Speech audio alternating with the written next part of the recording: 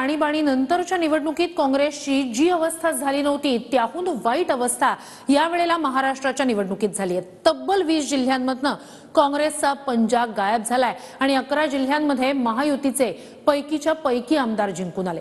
पाहूया त्या संदर्भातला आमचा हा रिपोर्ट।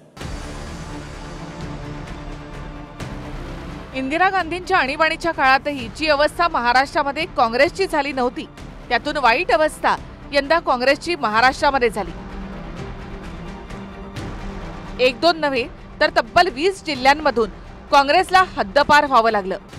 धुळे, जालना, संभाजीनगर, बीड, हिंगोली, धाराशिव, पुणे, सोलापूर, सातारा, कोल्हापूर, अमरावती, वर्धा, बुलढाणा, ठाणे, पालघर, रायगड, रत्नागिरी, सिंधुदुर्ग, नाशिक आणि जळगाव या जिल्ह्यांमध्ये काँग्रेसचा एकही आमदार निवडून आलेला नाही।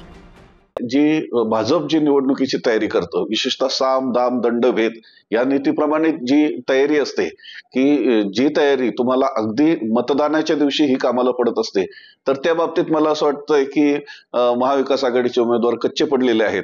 खरं तर कुठले इलेक्शन हे पैशांवर लढलं जाऊ नये ही झाली नीतिमत्ता, परंतु तसं प्रॅक्टिकल जर बघितलं तर पैशाशिवाय कुठलंच आता निवडणूक ही उभी राहू शकत नाही।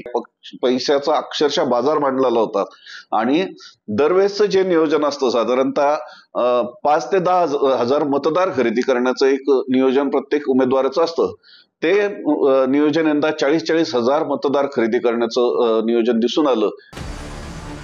दुसरीकडे महायुतीनं मात्र बंपर विजय मिळवत अनेक जिल्ह्यांमधल्या पैकीच्या पैकी जागा मिळवल्या आहेत। जळगावच्या 11 पैकी 11 जागा महायुतीला, धुळ्यामधल्या 5 पैकी 5 जागा महायुतीला, नांदेडमध्ये 9 पैकी 9 महायुती, हिंगोलीमध्ये 3 पैकी 3 महायुती, वर्ध्यामधल्या 4 पैकी 4 जागा महायुतीला, गोंदियाच्या 4 पैकी 4 जागा महायुतीला, जालन्यामध्ये 5 पैकी 5 जागा महायुतीला, छत्रपती संभाजीनगरमध्ये 9 पैकी 9 जागा महायुतीला, साताऱ्यामध्ये 8 पैकी 8 जागा महायुतीला, कोल्हापुरातल्या 11 पैकी 11 जागा महायुतीला आणि सिंधुदुर्गमध्ये 3 पैकी 3ही जागा सुद्धा महायुतीनं जिंकल्या।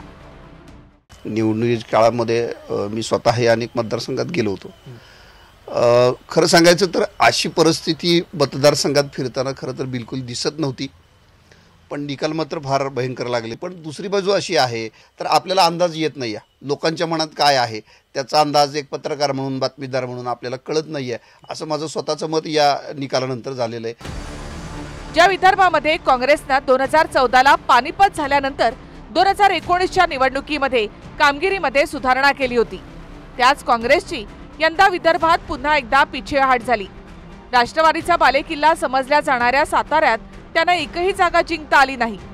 या उलट ज्या ठिकाणी गेल्या वेळी काँग्रेस किंवा राष्ट्रवादीचे सर्वाधिक आमदार जिंकले होते त्यापैकी काही ठिकाणाहून हे दोन्ही पक्ष हद्दपार होत जिल्ह्यामध्ये भाजप पहिल्या क्रमांकाचा पक्ष बनलाय।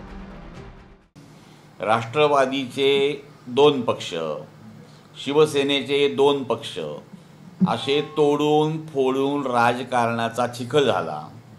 या चिखलामधून कमळ उगवलं आणि कमळ उगवल्यानंतर कमळावर लक्ष्मी आली आणि ही लक्ष्मी निवडणुकीमध्ये ऐन वेळेस सर्वांना प्रसन्न झाली। हा खरं म्हणजे प्रत्यक्ष निवडणुकीची झालेली घटना आहे, परंतु याचा अर्थ सगळं काही पैशावर झालं असं मात्र म्हणता येत नाही। पहिली गोष्ट अशी आहे की आघाडी ही ओव्हर कॉन्फिडन्समध्ये गेली।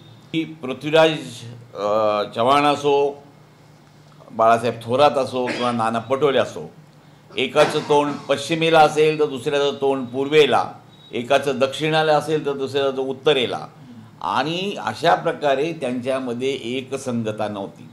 या राज्याला एक जसा नेता पाहिजे काँग्रेसचा, हा काँग्रेसचा नेता नव्हता आणि आजही नाही। Bureau report, TV9 Marathi.